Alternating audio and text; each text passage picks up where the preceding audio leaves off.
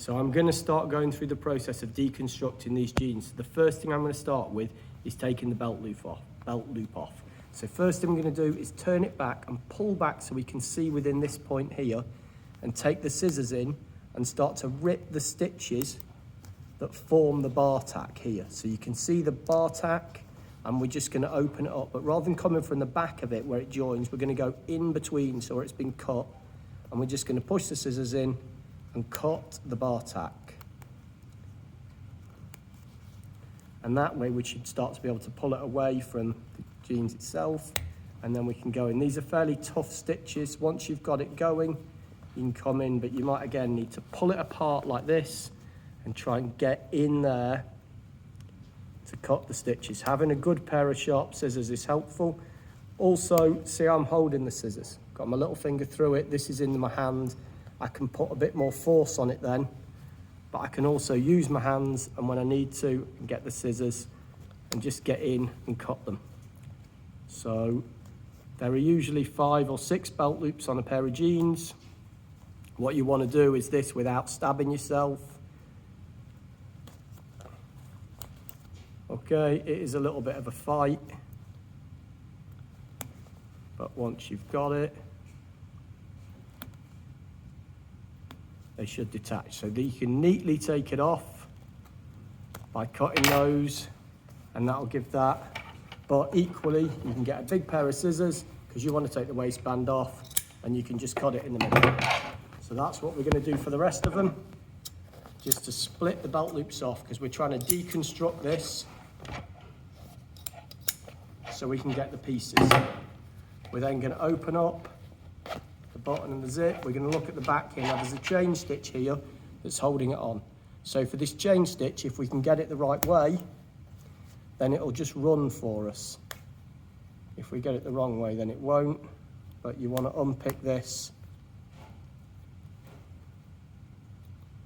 and try and get it to run. Maybe this isn't the right end for it.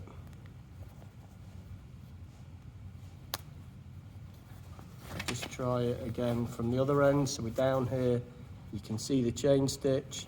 You want to break the chains on the back, and there we go. Looks like that's the right side. Once you've got it the right way, you can literally just run it all the way round. If it breaks, it's a bit annoying. I would suggest just pulling it apart a little bit, getting back to it, and then trying to see if you can pick up an end again just to get it to run. So sometimes when these jeans have been worn for a while,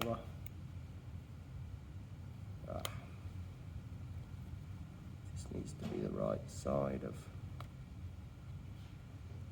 the thread. Right, so you know it can run, and if it doesn't run, then just the last bit of it.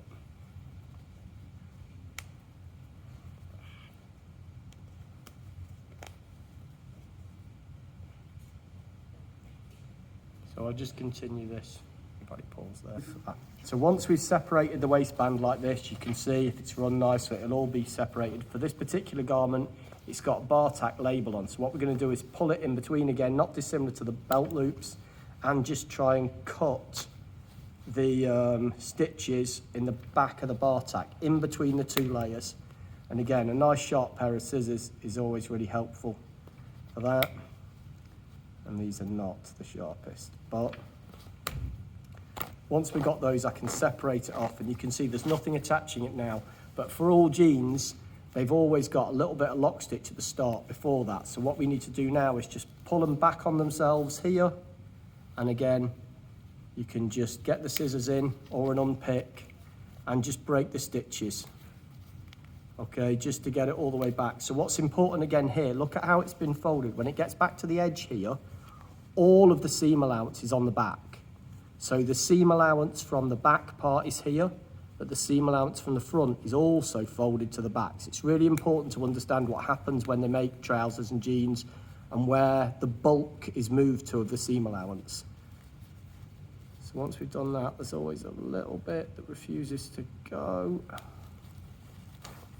Okay, we can go back round to the other side here, and we've just got a little bit of lock stitch to unpick here. So you can pull it apart, get the scissors in, and again, all of the seam allowance here is on the reverse side of this, none on the front. So even the seam allowance from the front piece is there. Some of the stitching, the top stitching here, is caught through and is keeping the band on, so you might need to just remove that.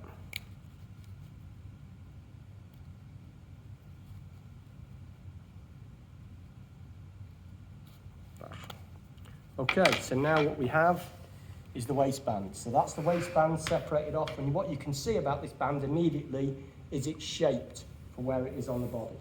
So the next thing we're going to do with this, and take the trousers, the easiest thing is just to turn them inside out,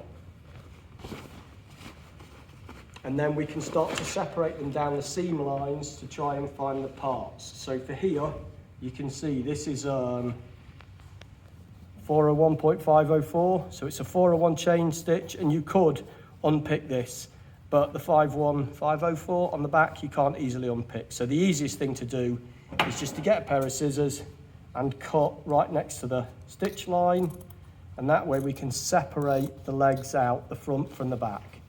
So you're just going to cut all the way up and try and keep nice and close to the edge here, so you're on the seam line itself. So, and when you come here, you just want to be trying to cut on the stitching line. Be careful of the rivet that's here through the pocket. Again, this is what stops garments being easily recycled or resized, is all these kind of unnecessary aesthetic bits that might have served a purpose at some point. So you can do that. And then we're going to leave that leg. You only really need half of it. Now for this, what you might want to work out is whether this is the middle here, or if the middle is through the center of this particular stitch here, so this run and fell seam. And if we say it's through the middle of it, we might then need to cut down through the middle of this stitching. So it might take a little bit of force, especially when you get to this point where the yoke is. But if you cut down the middle of there,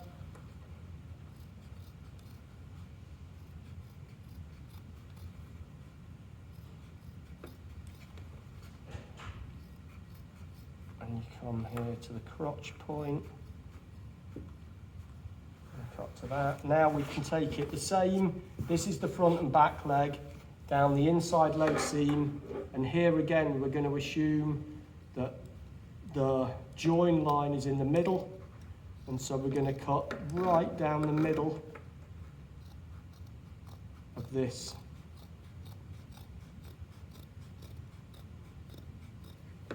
So for this one here, it's a proper run and fell seam, it's all folded over. For this one in the middle, it's a mock. It's the same stitch on the outside, it's a 5 thread, and then all they've done is just twin needle 401s, just to give it the same look as it has around the crotch, but it's just a cheaper version of that. So I'm holding the fabric here to stop it running away from these slightly blunt scissors, and I'm just going to cut up the middle of that stitch here, move my hand, place a bit of tension on the fabric, and as you can see it's quite thick, the fabric, so I can cut. When I get close to here, I might then just use my hands to hold it to help guide the fabric a little bit. Okay. And then, so that is the back leg separated. You can unpick this pocket if you want to, but you can do that in your own time. You'd have to be careful around the bar tacks, but similarly, you could just trace this shape off. Now for the yoke, we got to decide, let's imagine we're going with the same theory and that the midline of these two pieces is actually here and they're folded over the center of each other. We're going to cut down and separate our yoke off.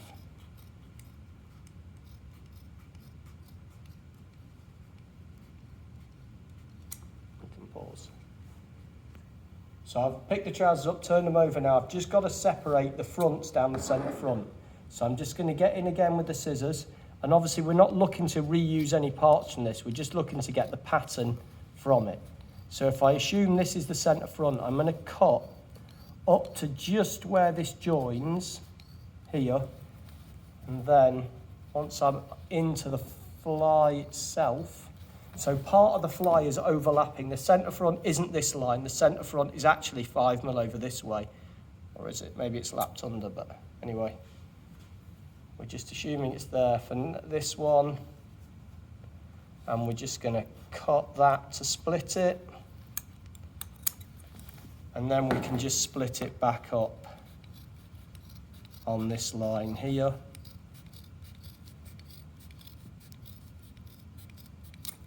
And that should give us the front piece. So now actually what we've got is the back here and the front there. And if I pull the waistband over, they should sit like this together. So we've taken them down. Now what we could do is press them. We could separate the pocket out, the pocket bag. We could separate out the watch pocket. We could separate out all the parts.